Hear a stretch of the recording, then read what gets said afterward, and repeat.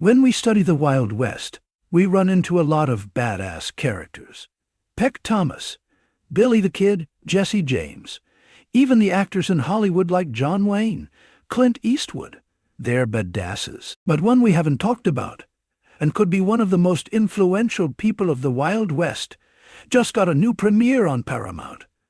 That's Bass Reeves, arguably the most successful lawman in Wild West history. So we're going to take a deep dive into Bass Reeves on this episode of Chronicles of the West. Born in 1838 to enslaved parents in Crawford County, Arkansas, Bass Reeves would go on to make history as the first U.S. deputy marshal west of the Mississippi River, becoming one of the most celebrated frontier heroes in American history. Bass, owned by a man named William Reeves, adopted his owner's surname, a common practice amongst slaves during that time.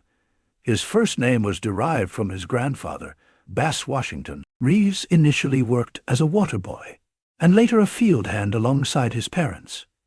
Around 1846, William Reeves relocated his operation and family and his slaves to Grayson County, Texas. Standing tall at 6'2", Bass Reeves possessed a courteous demeanor and a good sense of humor. George Reeves, William's son, became his valet, bodyguard, and companion. When the Civil War began, Texas aligned itself with the Confederacy and George took Bass with him. During the Civil War years, Bass separated from Reeves' family, with accounts suggesting it was due to his dispute in a card game or his desire to escape after hearing about the freeing of slaves. Bass found refuge in Indian Territory, which is now Oklahoma, with the Seminole, Cherokee, and Creek Indians, learning their customs, languages, and tracking skills. He also honed his firearm skills, becoming a quick and accurate pistol shooter, although he considered himself only fair with a rifle and was often barred from competitive turkey shoots. After being freed by the Emancipation Proclamation in 1863, Bass left Indian Territory, purchased land near Van Buren, Arkansas, and became a successful farmer and rancher.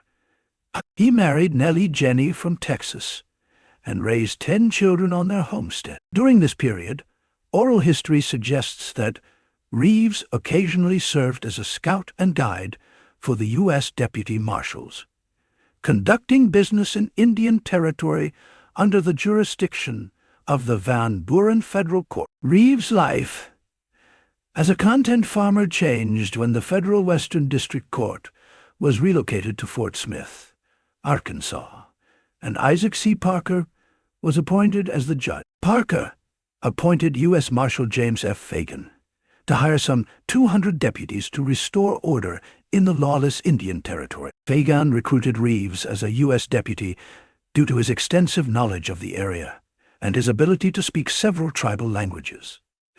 These deputies were tasked with cleaning up, quote, Indian Territory as per Judge Parker's orders. But, they said, bring men alive or dead. Bass Reeves worked alongside legendary lawmen like Heck Thomas, Bud Ledbetter, and Bill Tillman, some of those we've covered on this channel already, covering the vast expanse of the United States Court at Fort Smith, which spans some 75,000 square miles. Despite his inability to read or write, Reeves' effectiveness in apprehending criminals was unhampered. Before each mission, he had someone read the warrants to him, memorizing their contents and distinguishing between the differences. He never failed to produce the correct warrant when required. Reeves was an imposing figure, was always seen riding a large white stallion, and earned a reputation for his courage and success in capturing or eliminating numerous outlaws in the territory. While typically dressing elegantly and wearing a large hat with polished boots, he was also skilled in disguise, often adopting different personas such as cowboy, farmer, gunslinger, or outlaw. He always carried 2 Colt pistols, holstered for a quick draw, and was ambidextrous, ensuring that his shots rarely missed the mark. Reeves would leave Fort Smith with a pocketful of warrants, returning months later with multiple outlaws in custody, charged with crimes ranging from bootlegging to murder. He earned substantial fees and rewards, making a significant profit before spending time with his family. before then heading out again. The tales of his capture are filled with intrigue and courage. In one instance, Reeves pursued 2 outlaws in the Red River Valley near the Texas border. He gathered a posse and devised a plan, disguising himself as a tramp, hiding his tools, which, like his handcuffs, pistol, and badge, under his clothes. He arrived at the outlaw's mother's house, wearing old shoes, dirty clothes, carrying a cane, and sporting a floppy hat with 3 bullet holes. Upon arriving, he told a fabricated story to the woman who answered the door, gaining her sympathy. After being invited in for a meal, she shared information about her outlaw's sons, suggesting that they actually team up. Pretending to be wary, she allowed him to stay longer. As night fell, Reeves heard a whistle from beyond the house. The woman went outside and responded with a whistle of her own. Soon, 2 riders arrived and engaged in a conversation with her. Afterwards, they all entered the house, and the woman introduced her sons to Reeves. They discussed their crimes and decided to join forces. As the outlaws slept, Reeves watched them closely and, without waking them, handcuffed them. In the morning, he roused the outlaws, marched them out, and delivered them to the waiting posse.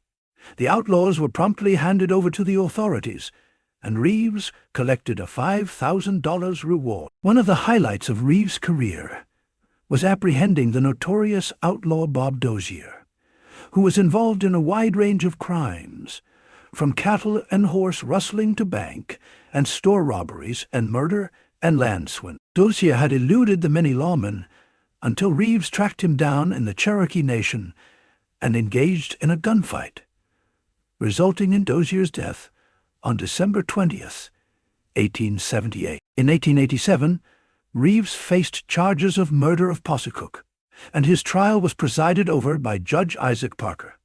He was represented by U.S. State Attorney W.H.H. Clayton, a colleague and friend, and ultimately he was acquitted. In 1889, he was assigned to Paris, Texas.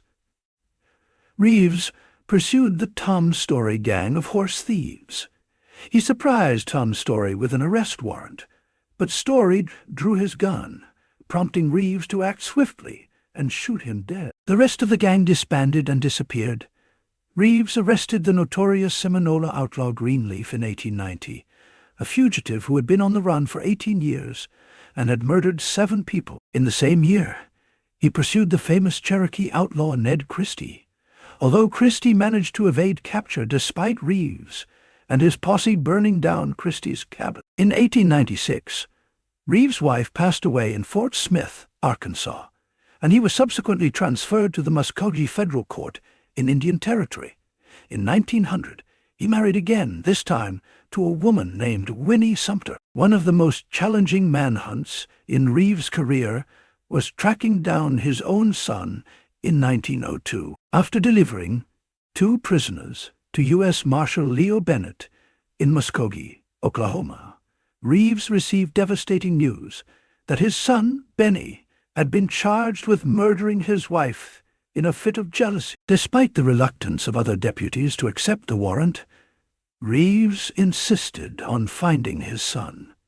2 weeks later, he returned with his son, who was tried and sentenced to life in prison. After a petition by citizens in displaying exemplary behavior in prison, Benny Reeves was eventually pardoned and lived the rest of his life as a model citizen. Throughout his career, Bass Reeves was known for his unflinching courage and commitment to duty, with a reputation for never showing fear under any circumstance. In 1907, state agencies took over law enforcement, ending Reeves' tenure as a deputy marshal.